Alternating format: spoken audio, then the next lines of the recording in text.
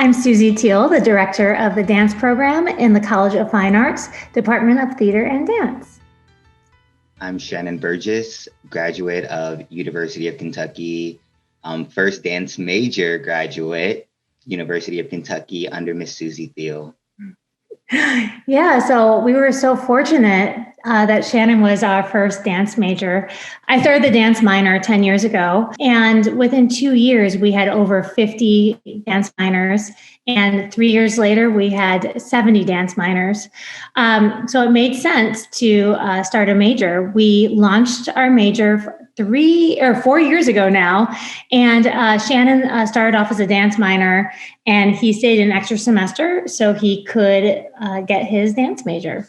It was actually a really surreal experience, a really surreal ending to a chapter of my life, especially in the College of Fine Arts at UK. I remember being in high school at YPAS and being on stage, and Susie Thiel being in the audience watching us dance and do different auditions for various colleges. And she came to me and said, hey, I would love for you to just come take class with us one day. We're a growing program. We're a minor. It's very strong. It's a loving family.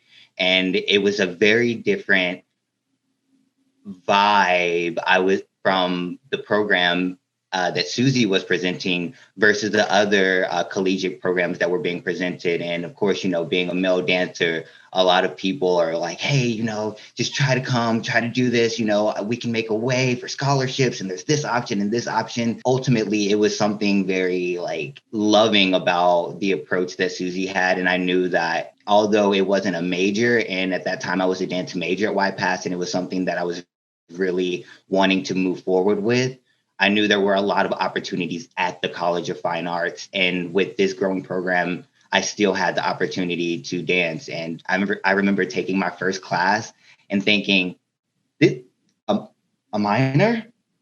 Susie, you said this is a minor. These dancers are moving like they've been dancing their whole life. And that's because even if they hadn't, they had the training that propelled them to a level that it was a very strict professionalism to the minor program. And I think that's what drew me in from the beginning, being a high school student in that first class. Because some people think that because something isn't the top line, but you hear things like minors versus majors, and you think, okay, major is going to be higher platform than minor. But I feel that's why the minor did grow into a major so quickly, is because it did have such a strong platform to say that we can't be limited by the title. We have to show what we have the capability for. And being a part of that process is just I don't know, it gives me butterflies every time I think about it. I think too, why our program is so strong and why it was so strong as a minor is that we always treat it as a major. Our students have so many opportunities to perform. We have an annual dance concert in usually the spring semester, and we bring in different choreographers as guest artists to teach classes and create for our students. And then we also have our resident choreographers, and they just have this amazing opportunity to work very closely with the choreographers and then perform. We have student choreography concert called Materialize, where our students, it's a self-produced concert. So they create their pieces and perform. So they have Materialized. And then we have so many opportunities throughout the year for performance. They performed in musical theater productions with our choir. We also take students to conferences and different performance venues every single year. There's just so many opportunities for students to perform and create. And then with that, we have a very well-rounded program. We believe that we want our dancers to take jazz, ballet, and modern, and then be proficient in at least one or two of those by their senior year. By the time they're seniors, they're usually always in level 3, or they really have found what they want to do, and then they're just taking modern dance. And even with our minors, our minors still have so many opportunities as well.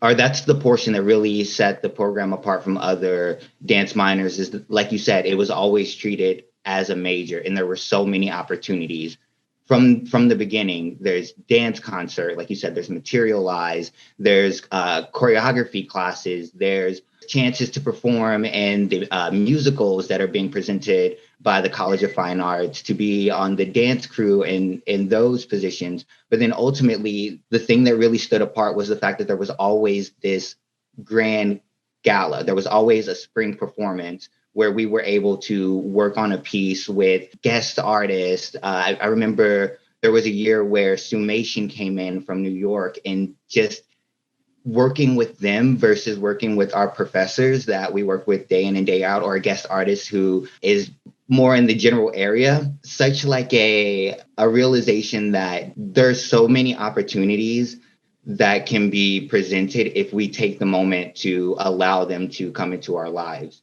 And I think that that's what Susie really does well with the College of Fine Arts, is she has these opportunities available, and she makes sure that she presents them on a platform to not only the minors and the majors, but to all people who are interested in dance, and then allowing them to know that there is an avenue for you to become a minor if this interests you.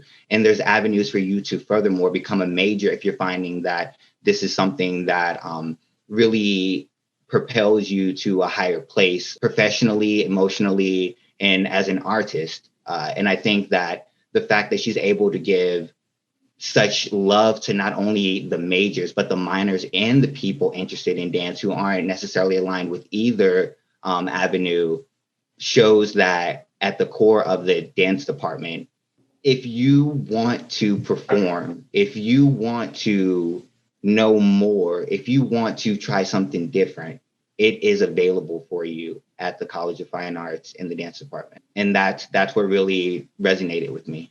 Right. Yeah, and we also have just a really strong and supportive faculty, not just with dance, but with theater. Our theater faculty, I have an idea, and they're like, "Let's go, let's try it, let's do it." And same with the dance faculty. They bring so many great ideas to the table. Even this past year with COVID, we couldn't do our normal performances. So we had a performance in a parking lot. There are so many ways to create. We just have to think outside the box. And instead of doing a video dance, which is amazing, instead of doing just a video performance and dance, which is so amazing, and I love those, our community needed live theater. We needed live dance.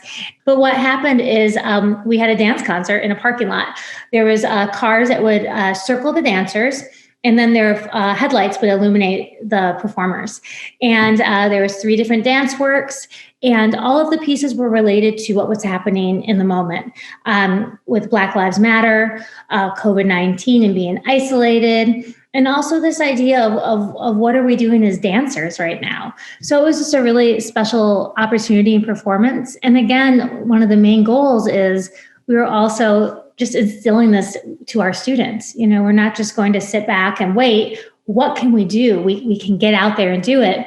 And the same, our spring dance concert, Echolocation, is a site-specific work. And there's all different locations around the campus with issues surrounding self-love and body image, to COVID-19 and mental illness.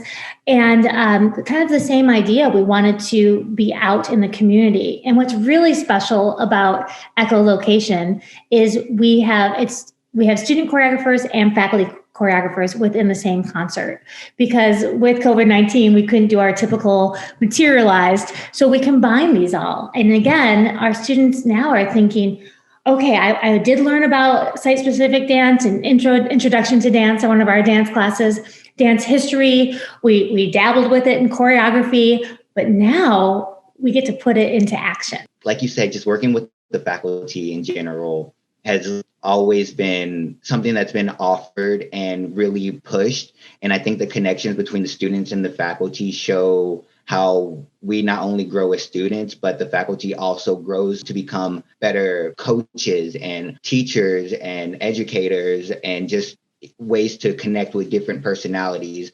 I remember I got to be a dance captain and choreographer for one of the musicals that we put on. It was a surreal experience because it was it gave me an opportunity to understand what it's like working in the professional world, what it's like to reach out with someone independently and make a schedule to make sure that I'm on time meeting with them, to uphold my commitments, to make sure that I was bringing my portion to the table that I advised that I would. And this was my senior year, so it was a lot of responsibility put on me. But I think that it prepares you for what's going to happen after we leave the university. And I think that ultimately the time that I spent there, it was that ladder of preparing for after. That's something that is invaluable from the program.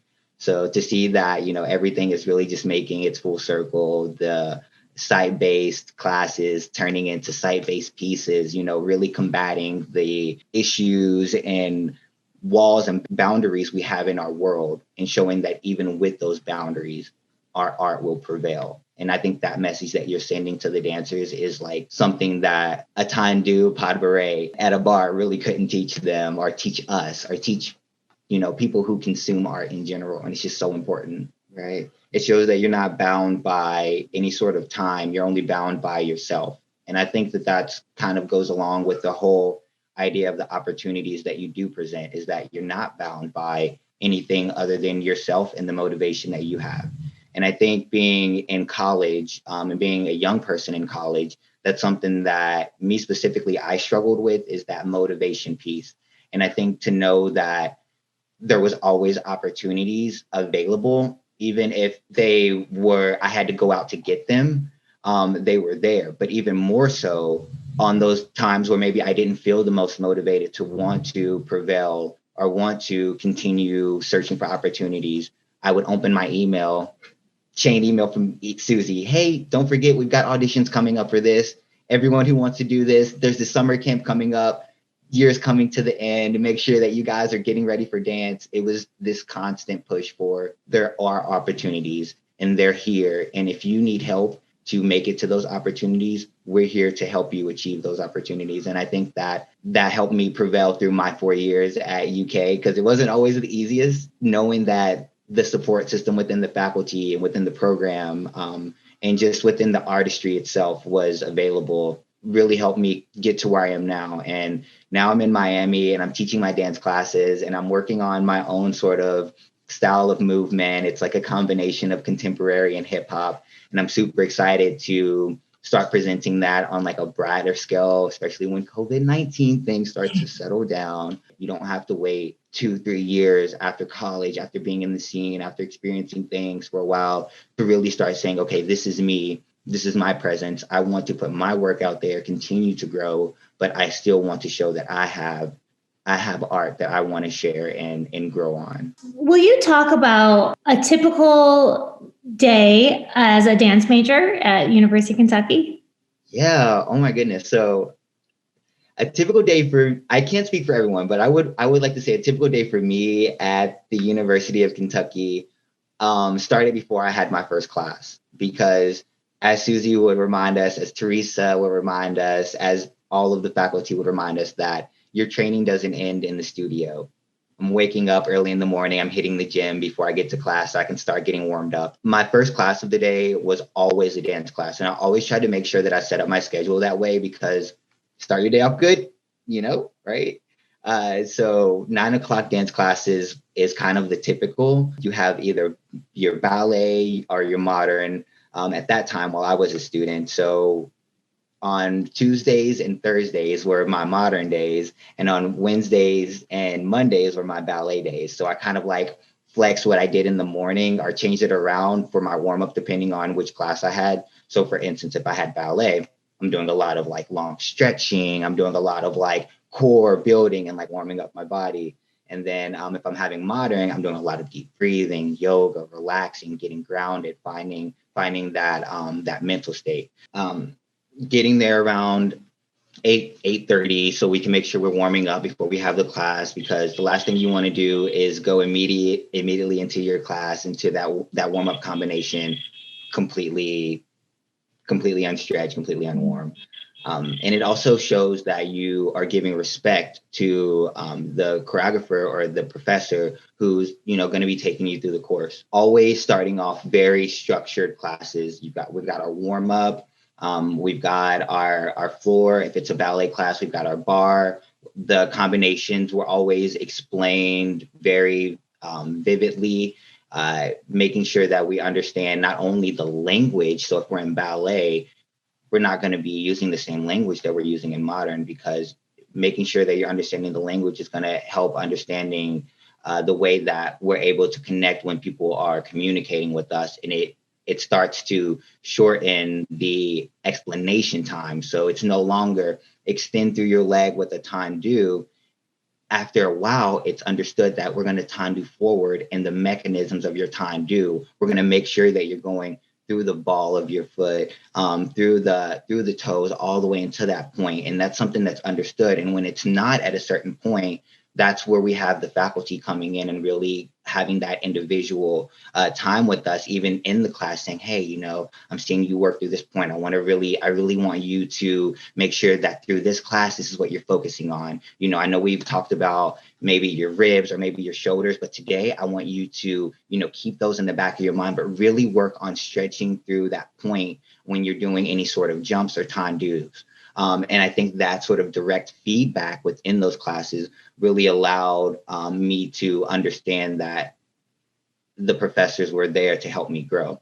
So after that, after I would have my morning class, immediately on into the next dance class, I would say I took anywhere from 2 to 3 dance classes every single day. Besides Fridays, I would just take one awesome choreography class on Fridays. And there was kind of like about your teaching methods class, because with our teaching methods at UK, you get to teach a real class, usually, depending.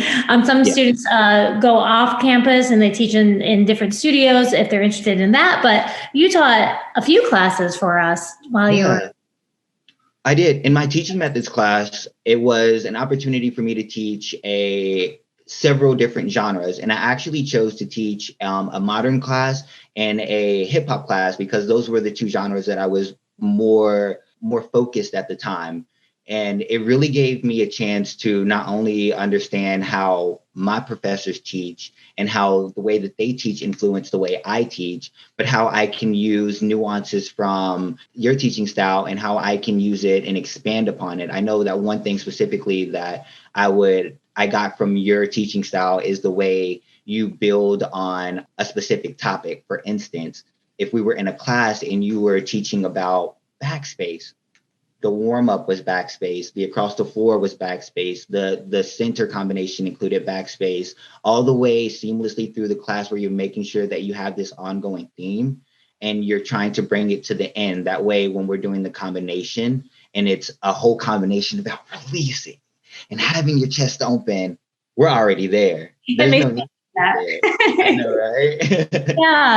And really, building upon your learning styles and then everyone else's learning styles and things that aren't the most comfortable for you, because there's somebody else that you're teaching that might be their top way that they're learning and gathering information. So I guess another question for you, Shannon, is what's next? So you're in Miami, you're creating, you're working on this fusion, this style. What's the next goal for you? Next goal for me, wow. Well, I actually have been looking at going back to school to pursue my further education into my master's degree, because as I continue to really form and work through and grow this sort of movement that is true to me, I want to explore what the movement can be and where it can come from on a more world level. I want to not only look at how American culture views contemporary movement or hip hop movement, but how maybe Asian culture or Japanese culture or African culture considers those sort of dance styles. And I think through pursuing higher education, it'll open up opportunities for me to explore those places and bring my movement to those places and accept movement from those places to kind of help grow what I'm building. I'm also working on building my own dance company, actually, a small dance company, solo dance company, but my dance company nonetheless. And, even the greatest oak started from like a seed. So always looking up to growing.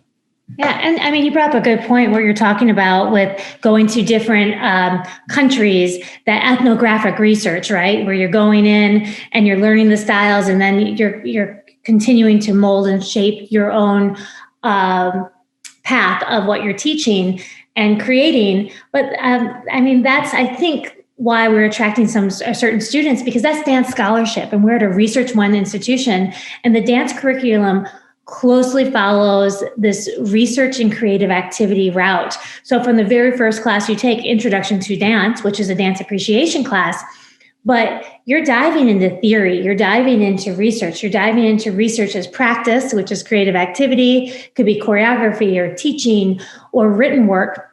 But our curriculum is designed from that class all the way through choreography, and it culminates with our senior seminar class. One thing I will say, though, about the senior seminar class, because before that class, you were speaking about the intro to dance class. And I think that something about the department that has always stood out to me is that there is so much respect shown to all of the dance classes, and so much opportunity in all the dance classes, because you're still bringing in artists from around the state and around the country to the intro to dance class.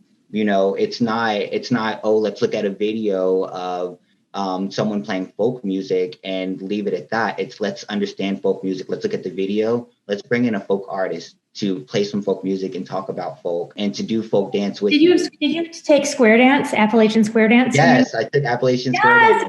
I mean, we're so lucky we have Appalachian square dance in our backyard, but we bring in Appalachian square dance instructors, belly dancing, fiddler players, and we have just people in our community that do these amazing things. We had Indian fusion, the swing. You say swing dancing, the swing dance artists. So there's, like I said, there's tangible value in all of the classes, and I think that each one of them just build upon the next. And when you do start understanding that each class is like its own world and it has so much to offer, and you can take from it what's given, or you can take from it what's given and what you can get from it, right? So because there's always going to be stuff given to you in the class, and that's something that you're just going to take regardless. But then there's stuff that you can also move past and take more out of if you're open to the opportunities. That resonates in all of the classes, from modern to ballet to hip hop to intro to senior seminar to choreography 1, 2, 3. Jazz, you taking a lot of jazz with me in musical theater? You know what? The jazz classes, I would say, were probably my favorite class. And that's because I got the chance to take jazz with you and Teresa. I want to say I took jazz every single semester of college, because at that time, I don't know if you still can, but at that time we were allowed to repeat a higher level dance class. Yes. All of our technique dance classes are repeatable for 12 credits, because as an artist, as a dancer, you're continuing your own path, right? It's where you are, and you're continuing working on your things. And plus, every teacher teaches differently. Every semester is different. One semester you could be really working on style. Next semester you could be really working on the technical aspects. Well, I was gonna say it's so surreal, because I'm pretty sure I took jazz with you one semester, her, and it was kind of like a back and forth, but I never felt like I ever took the same jazz class, because there was variety. Yeah, there's just because you go to jazz and it's okay, we're gonna do some jazz, but it's okay, we're gonna do some flowy, we're gonna do contemporary jazz, we're gonna do musical theater jazz, we're gonna do hip hop based jazz, we're gonna do lyrical jazz. There's so many different layers and opportunities, and that was always the really cool vibe about it. Yeah. Well, we have one more minute. Do you have any advice for incoming freshmen or incoming students to our program? Advice to incoming freshmen: don't wait until your senior year to audition for the musical. Don't wait until your sophomore year to audition for Materialize. Don't wait. If it's an opportunity, if it's available, go for it. Great. That's great. Well, thank you. This was so nice. I could keep talking to you, about everything and all of our memories, but this has been super fun. And thank you so much for being such a integral part of the success of our program. Yeah, no, thank you for just propelling me to the man that I'm becoming today.